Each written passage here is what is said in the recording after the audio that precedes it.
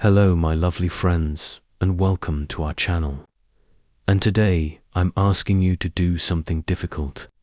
Forget what you think you know about Pablo Escobar. Because today I will tell you everything from the very beginning to the very end. Not what Netflix told you, not what the news told you, not just the big headlines, but the full story. The small details, the real emotions, the true reasons. Why a poor boy from a broken town became the most powerful and dangerous drug lord in modern history, and why millions of people still talk about him decades after his death. This is not just a story. This is a lesson about power, about fear, about ambition, about consequences. This is the story of a man who built his own kingdom and destroyed it with his own hands. But there's something even more important. While listening to this story, you will also improve your English, because I will speak slowly, clearly, and in very easy English made specially for beginners. So this is not just entertainment. This is your English listening practice, your motivation, and your history lesson all in one. So sit back, turn off all noise, and get ready for a journey so powerful. You will feel every second of it. Let's begin the story of Pablo Escobar. Part 1. The Boy Who Wanted Everything. The year was 1949, in a small town called Rio Negro in Colombia, a country in South America. Colombia was poor, full of violence, and in the middle of that chaos, a baby boy was born. His name was Pablo Emilio Escobar. His family had nothing special. His father Abel was a simple farmer who worked with his hands in the hot sun. His mother Hamilda was a school teacher, soft-spoken, educated, but strict. They had 7 children, and Pablo was one of them. They didn't live in a nice home. There was no electricity most of the time. No clean water, no safety, just dust, noise, and fear. But even when he was a small child, Pablo's eyes were different. He didn't look sad like the other poor children. He looked like he was thinking. Pablo was not a genius. He was not the top student, but he had something stronger, a hunger for more. At school he would listen, but not to the lessons. He watched the rich boys, their shoes, their watches, their bags. And one day he whispered to his friend, "One day I'll have more than all of them." He was only 10 years old, but the fire had already started. At that age, he began selling old stamps, cigarettes, and even fake lottery tickets. But the most shocking thing, he would go to the cemetery, steal the tombstones, clean them, and resell them to funeral homes. He used acid to remove the names from the stone, then carved new ones. He was a child, but he was already learning how to manipulate, steal, sell, and survive. His mother found out. She beat him. She screamed. But Pablo looked her in the eye and said, "One day you'll thank me." That day never came, but his journey had already begun. When Pablo was a teenager, the family moved to a larger city, Medellin. This city would later become famous across the world. Why? Because of him.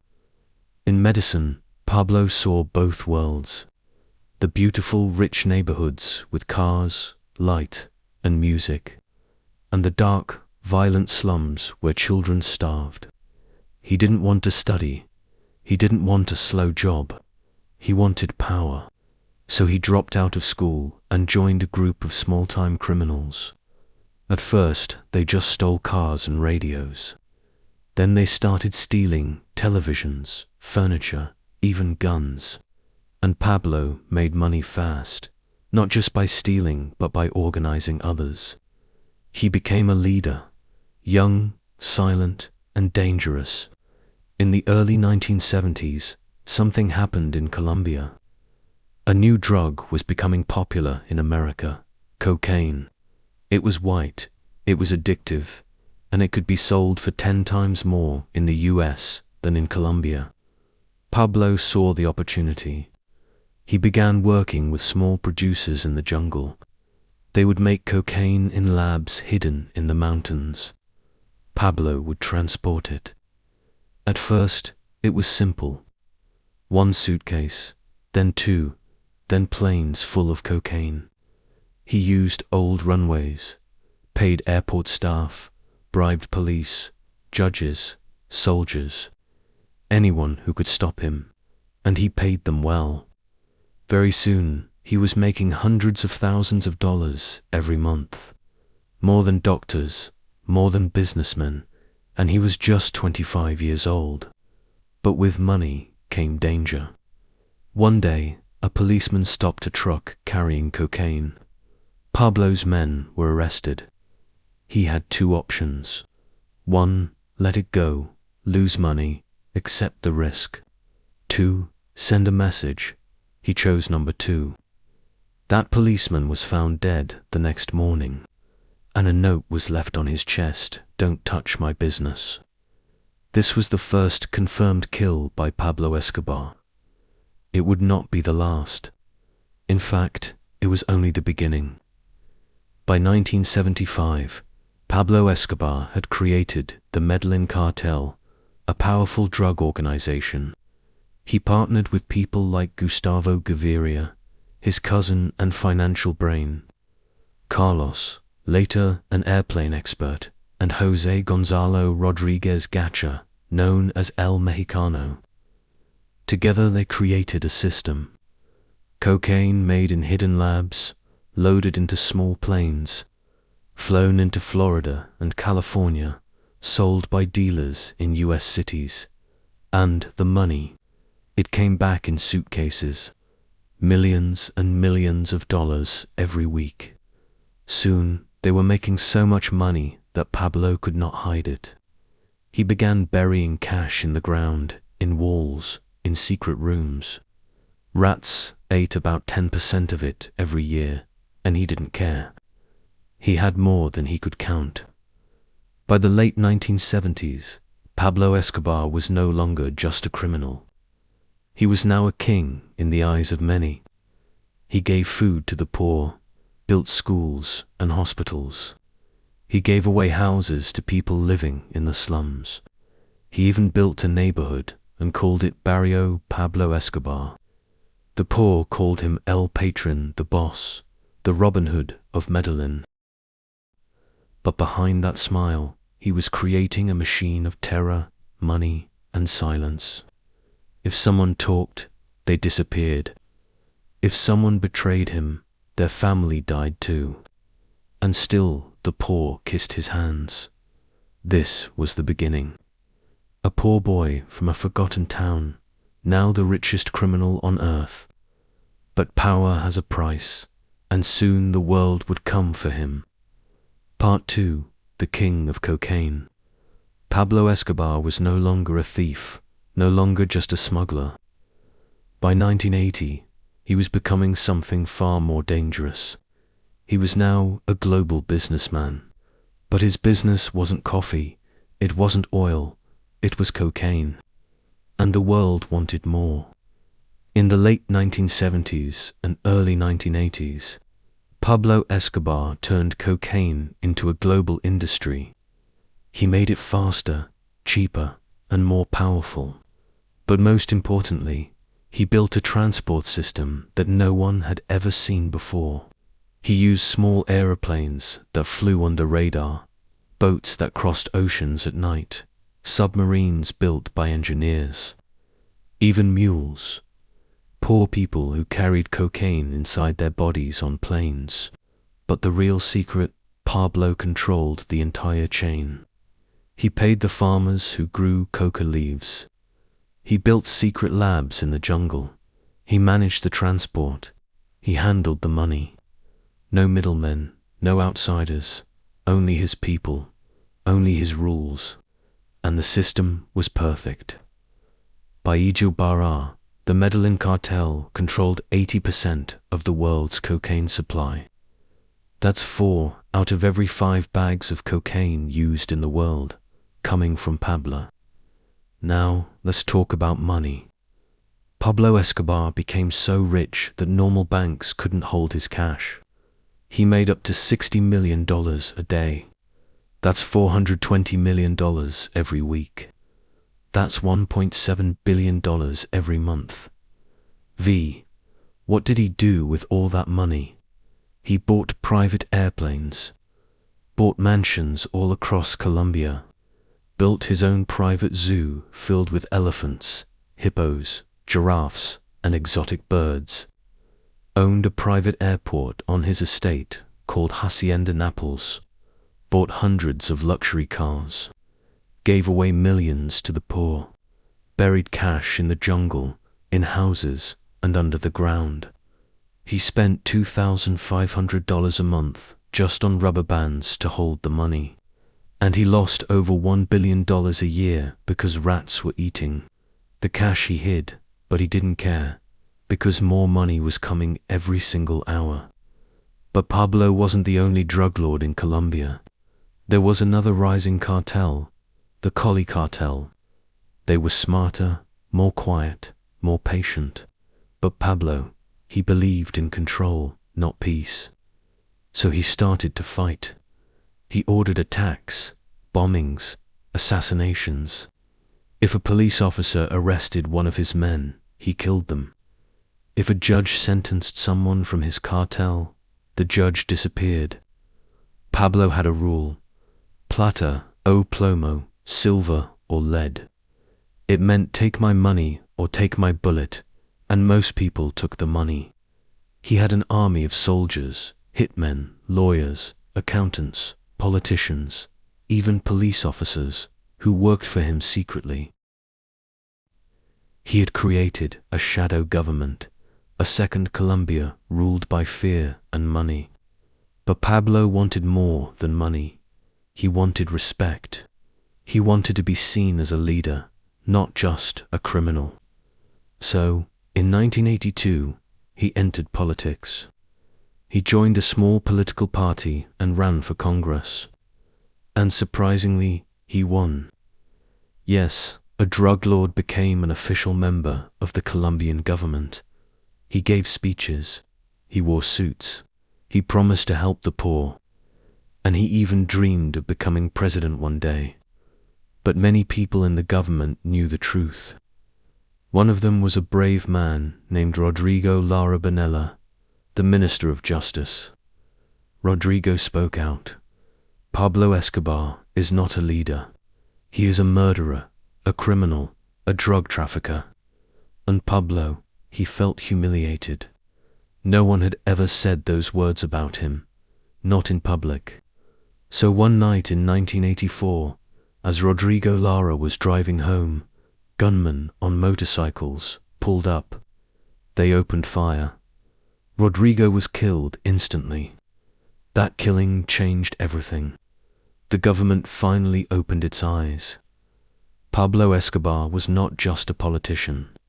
He was the biggest criminal in the world. The people were scared. The rich moved to other countries. The poor stayed silent. And Pablo, he declared war. He bombed police stations. He placed car bombs in cities. He ordered the killing of judges, journalists, mayors, even presidential candidates. From 1984 to 1993, over 4,000 people were killed in violence related to Pablo Escobar. He even placed a bomb inside a passenger airplane, killing 107 innocent people just to kill one man he believed was a spy. The world was now watching. The United States sent the DEA, Drug Enforcement Administration. Colombian police built special task forces. New laws were created. Pablo became enemy number one. But he still had power, because the poor still loved him. Now, let's talk about something strange. Pablo Escobar, the killer, the criminal, was also a father and husband. He married a woman named Maria Victoria when she was just 15. He was 26, They had 2 children. Juan Pablo Escobar later changed his name to Sebastian Marroquin, and Manuela Escobar, his daughter. He gave them everything. His daughter loved unicorns, so he built a life-sized unicorn for her birthday. Once, the police were hunting him in the jungle. His daughter was cold. So Pablo took $2 million in cash and burned it in a fire just to keep her warm. He told his son bedtime stories, played with him in the garden, built a house just for his kids to play in. But the moment he left the house, he became a killer again. This double life made him more dangerous. He could smile at home and order a bombing in the next room. Year was 1991. Colombia was bleeding. Bombs had exploded in cities. Politicians were dead. Police officers were buried.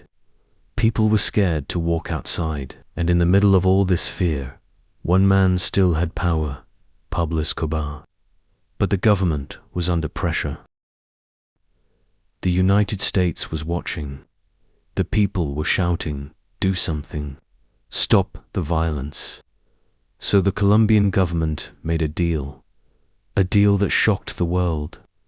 They told Pablo, "Stop the war, stop the bombs, and we won't send you to the US, but you must go to prison here in Colombia." And Pablo said, "Fine, but I will build the prison myself." They agreed. Yes, the government let a drug lord build his own prison, and what he built was not a prison. The prison was called La Catedral, but it didn't look like a prison. It looked like a luxury resort on a mountain. It had a giant living room with leather sofas, pool tables, satellite TV, a bar, a waterfall, a gym, a jacuzzi, beautiful views of the city below. It even had a private disco club where Pablo invited his friends, women, and music bands. He slept in a king-sized bed, wore soft pajamas, and ate food made by his personal chef. There were no guards from the government. Only his men were allowed inside. If police tried to enter, they were stopped by armed cartel members outside the gates. La Catedral was not a prison. It was a fortress, a palace, a place where Pablo continued running his drug empire without fear, even though he was in prison. Pablo was still the boss of the Medi cartel. He continued giving orders, sending drugs across borders, killing enemies, collecting money, meeting with cartel leaders. From his office inside the prison, he made phone calls, he signed deals, he punished traitors. Once he invited 2 cartel members who had stolen money from him. He brought them inside La Catedral, offered them drinks, smiled. Then he tortured them and had them killed inside the prison walls. Their bodies were never found. Even inside prison, no one was safe from Pablo. At first, the Colombian government pretended everything was okay. They said, "Look, Pablo is in prison. The violence has stopped." But after some months, news started leaking. Journalists reported Pablo was running the cartel from inside. He had full control. He was receiving guests and holding parties. He had killed people inside the prison. The United States was furious. They said, "This is not justice, this is a joke." Under international pressure, the Colombian president, Cesar Gaviria, made a decision. He sent special forces to move Pablo to a real prison, but Pablo found out before they arrived. He called his most trusted bodyguards. He gave quick orders, and on a foggy night in July 1992, Pablo escaped. After escaping La Catedral, Pablo disappeared. He knew the jungle. He knew the mountains. He had safe houses, secret tunnels, and hundreds of people willing to help him. The government searched everywhere. Helicopters flew over forests. Roads were blocked. Phone lines were tapped. But Pablo was gone. He moved at night. He never stayed in one place too long. He used young boys as messengers, old women as lookouts, and priests as contacts. The man who had once ruled a country was now hiding like an animal, but he was still dangerous. He ordered car bombs. He killed anyone he thought had betrayed him. He paid cash to the poor for protection. He continued to control what little was left of the Medellin cartel. Now the war was no longer just Colombia versus Escobar. It was the entire world. The US sent special units to help catch him. They worked with the Search Bloc, a Colombian military unit created just to find Escobar. But that wasn't the only problem for Pablo. A new group had formed, Los Pepes, short for Pasigos, for Pablo Escobar. People persecuted by Pablo Escobar. This was a secret death squad. It was made of enemies of Pablo, families of victims, former police officers, even some members of the Coli cartel. They began killing Escobar's people, burning their houses, and leaving warning notes. Los Pepes didn't care about laws. They only wanted one thing: revenge. Now Pablo wasn't just being hunted by the government.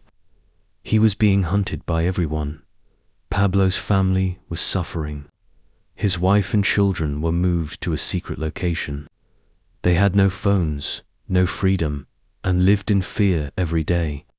His son Juan Pablo later said, "We were trapped in a golden prison. We were safe from others, but not from the pain." Pablo was alone most of the time. He used old radios to communicate. He changed locations constantly. He stopped trusting even his closest men. He was losing control. Money was harder to move. His men were dying. His enemies were growing stronger. And his face was now on every wall, every news channel, every wanted poster. In December 1993, Pablo was tired. He had been hiding for 17 months. He was no longer powerful. He was running out of options. His empire had crumbled. The year was 1993. Pablo Escobar was no longer a king, no longer a businessman, no longer even a full man. He was tired, lonely, paranoid, and weakened. His enemies were closing in from all directions. His money was stuck. His people were disappearing. His power was broken.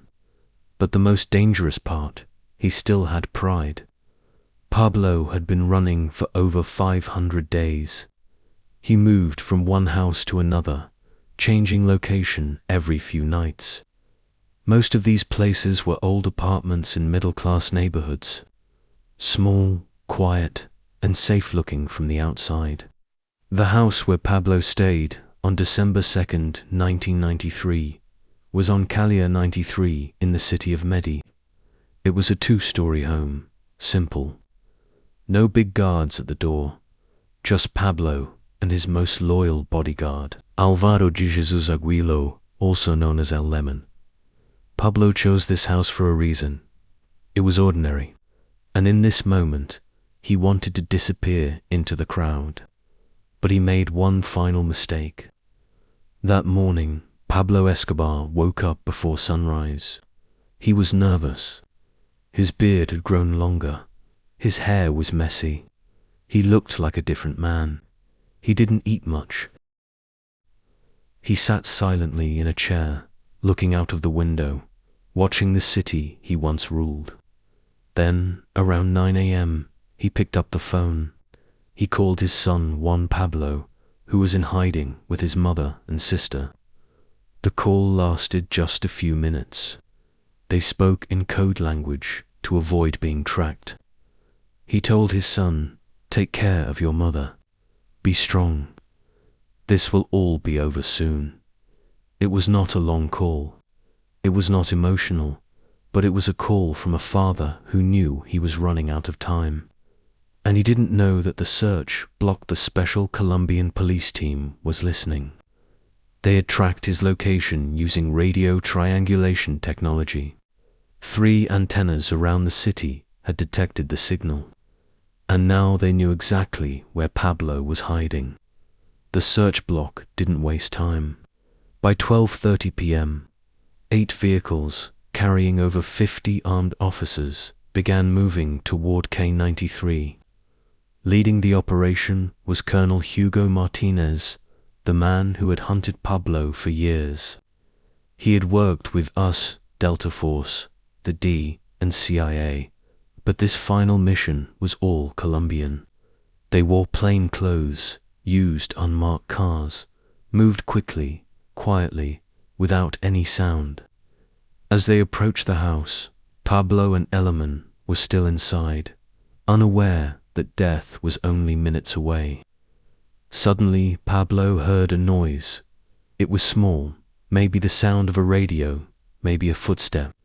He walked to the window and saw men moving outside, slowly and carefully. He didn't panic, but he knew. He looked at Eliman and said, "We have to go now." They ran to the back room and climbed out of a small bathroom window that led to the red-tiled rooftop of the building.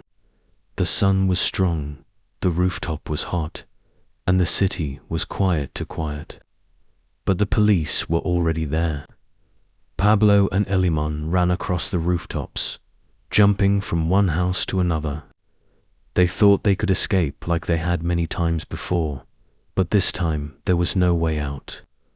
Officers surrounded the area, snipers took position, guns were aimed. A voice shouted, "Está allí, esa there. Move." Gunshots began. Eliman was hit first. He fell to the rooftop, dead, his blood running down the tiles. Pablo kept running. He was shot once in the leg, then in the torso, but he kept moving. He fell near the edge of the rooftop. Then came the final bullet shot that went through his right ear and out the other side of his head.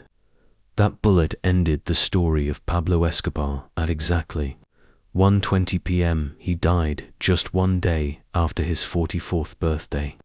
His body lay there silent, still, no longer powerful. The police walked up to the rooftop. They looked at him. They checked his pulse. He was gone. They took photos, smiled, some even celebrated. Because for them, this was the end of a nightmare. After more than 10 years of war, bombings, and death, Pablo Escobar was dead. The news spread like fire. TVs showed his picture. Radios shouted, "The king of cocaine is dead. Pablo Escobar has been killed." Colombia is free. The people in power cheered. The government said, "Justice has been done." The United States said, "We are proud to have supported this mission." But in the streets of Medellin, something else was happening. Thousands of poor people cried. Yes, cried. Because for them, Pablo Escobar was more than a criminal. He had built homes, hospitals, schools. He had given money, food, medicine. They didn't care about the cocaine. They remembered the man who gave them dignity. Over 25,000 people came to his funeral. The graveyard was full of mothers, children, families saying goodbye. Some kissed his photo. Some whispered prayers. Some just stood silently, not sure what to feel. Pablo Escobar's death didn't end drug trafficking, but it ended an era. The Medellin cartel collapsed.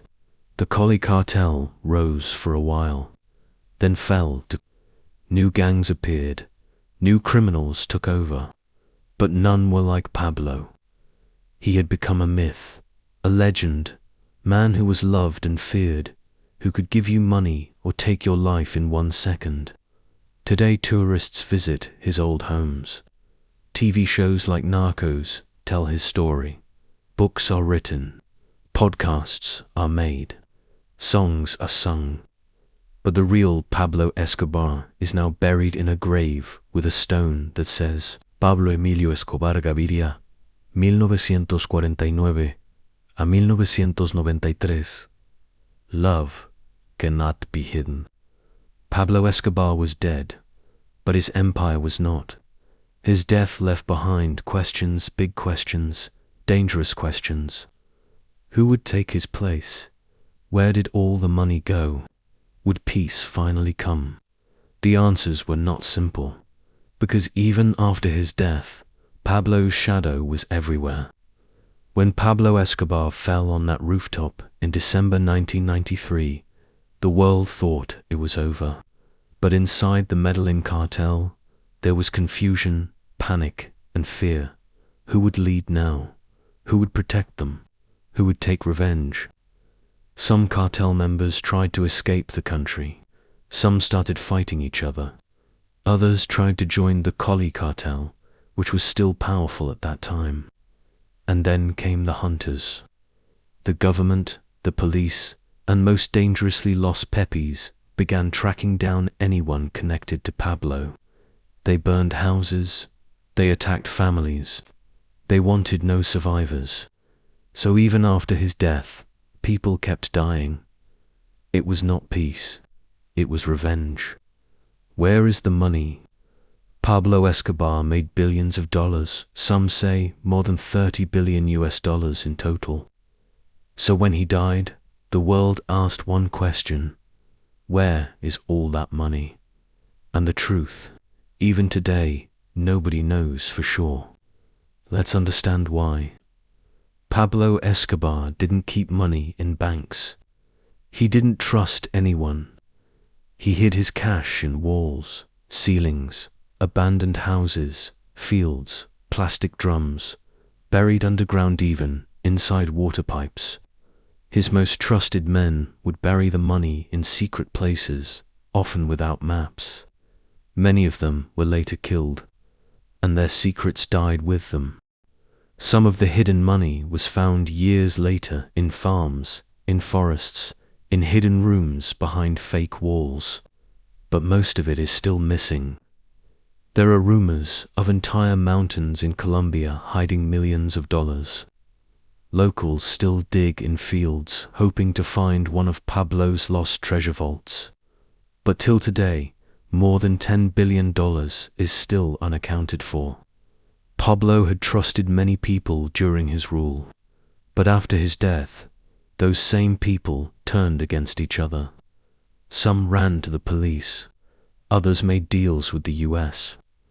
A few even helped Los Pepes kill other cartel members just to protect themselves.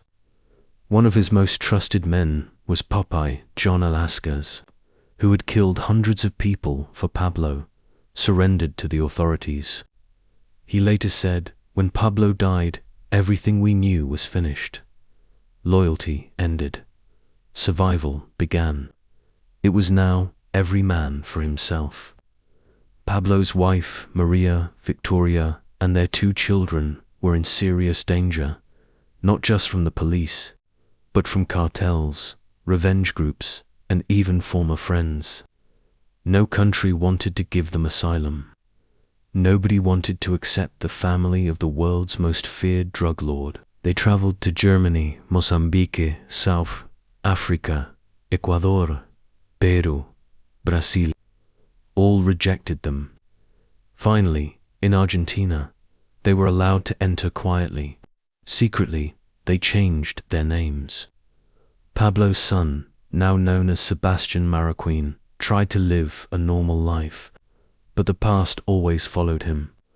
One day, he opened the newspaper. It said, Pablo Escobar's family is living in Argentina. He lost his job. His friends stopped talking to him. His life collapsed again. But he did not hide. He wrote a book. He gave interviews. He apologized to the victims of his father's crimes. And he said, I forgive my father, but I do not forget the pain he caused. Many of Pablo's properties were taken by the government. Hacienda Naples, his massive estate with a zoo, airport, and mansions, was turned into a tourist park. Some houses were destroyed. Others were left empty, slowly falling apart. See, but the people who live near those houses say strange things. They say you can hear gunshots at night. You can see shadows on the walls. You feel a heaviness in the air. Some say the spirit of Pablo Escobar still walks there.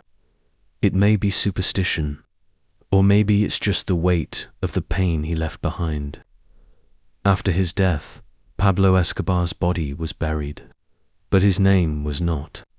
His name continued to live in books, in music, in movies, in stories, in the minds of the poor, in the anger of the rich, in classrooms, in prisons, in politics, everywhere. He became a ghost that never left. Many years after his death, the world was still asking one question: who was Pablo Escobar, really? And the answers came in many forms. In 2015, the Netflix series Narcos was released. It became a global hit. People in over 100 countries watched it. Millions became curious about the man behind the name.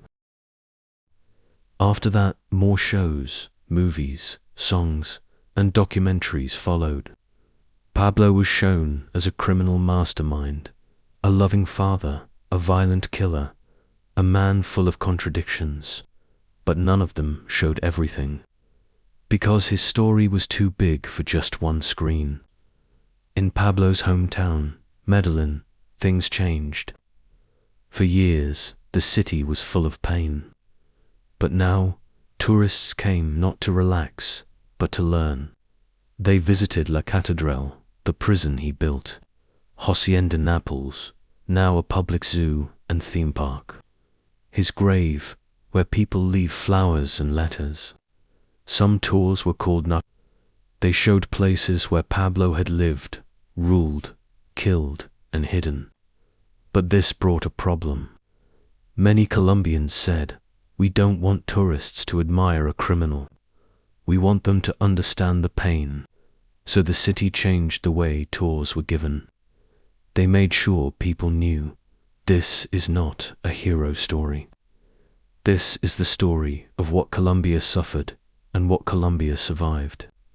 Because for the people who lived through it, Pablo was not entertainment. He was real. Even today, Colombians are divided about Pablo Escobar. Some say he destroyed lives. He killed thousands. He brought shame to our country. Others say he helped us when no one else did. He gave us homes, food, and hope. And many say we just want to forget. But forgetting is not easy, because his face is still printed on t-shirts. His name is still written on walls. His story is still taught in schools and universities. He is still the most searched Colombian name in history.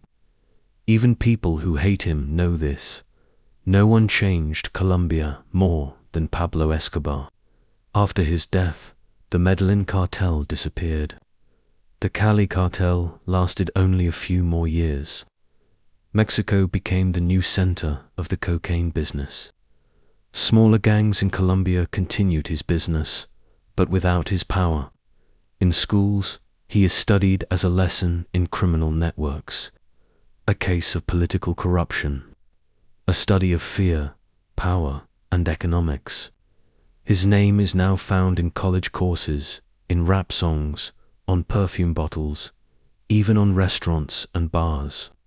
Though most of them change the spelling, it shows one thing clearly: Pablo Escobar is not forgotten. Let's now focus on what really matters, the lessons. Because this is not just a story, it's a mirror of the world we live in. Here are the most powerful lessons his life teaches us. 1. Power without peace destroys everything.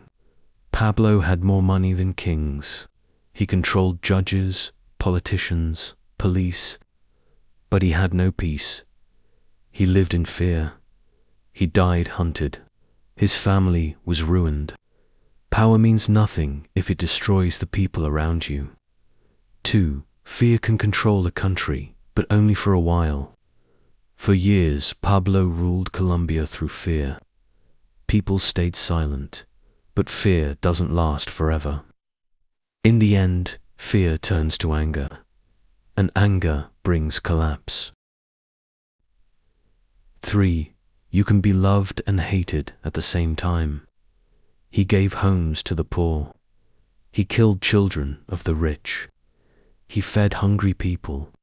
He placed bombs in hospitals. He was not black or white. He was both. V, and that's why the world is still confused by him. 4. Your choices will follow your family. Pablo's son did nothing wrong, but for years he was blamed. He changed his name, but he couldn't escape the shadow. What you do today will follow your family tomorrow. Make choices you won't be ashamed of. 5. Criminal empires always fall. No matter how big, no matter how rich, no matter how smart, every criminal empire ends in death, jail, fear, or loneliness. Pablo's end was not in a palace. It was on a dirty rooftop, running from people he once controlled. That is the truth. Pablo Escobar was not just a drug lord. He was a storm. He was a mystery. He was a lesson the world still doesn't fully understand. He changed Colombia. He changed the drug trade. He changed history. Thank you for watching this full story. We didn't tell this to support him. We didn't tell this to hate him.